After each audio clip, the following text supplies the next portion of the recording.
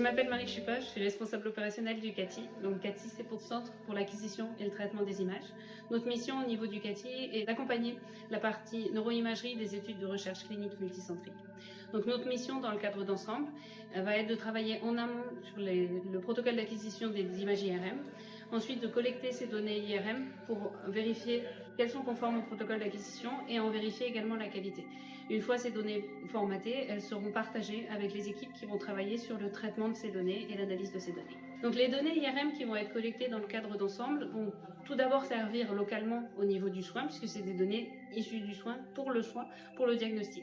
Ensuite, au niveau de la recherche, les données IRM vont servir à extraire des marqueurs, des valeurs quantitatives, comme le volume de structure cérébrale, comme l'état de certains tissus.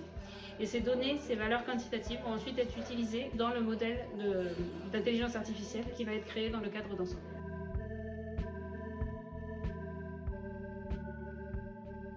Donc, je m'appelle Sarah Desfossés, je suis chef de projet, je suis au CATI depuis 5 ans. Alors pour la récolte des données IRM, dans un premier temps, il va être en contact des centres, il va pouvoir identifier les personnes qui font les transferts des données et je vais les accompagner pour l'utilisation de notre plateforme qui s'appelle CATI Collector, qui a été développée il y a environ 2 ans. Cette plateforme, elle est sécurisée et permet de respecter les bonnes pratiques cliniques puisqu'il y a la pseudonymisation qui est incluse au moment du transfert. Également, la plateforme est simple d'utilisation parce qu'elle ne nécessite pas d'installer de logiciel local. Lors de l'utilisation de cette plateforme, il y a un formulaire à compléter avec les informations telles que l'identifiant du patient dans l'étude ensemble, les séquences IRM qui sont acquises lors de l'examen et différentes questions, des commentaires libres pour chaque partie.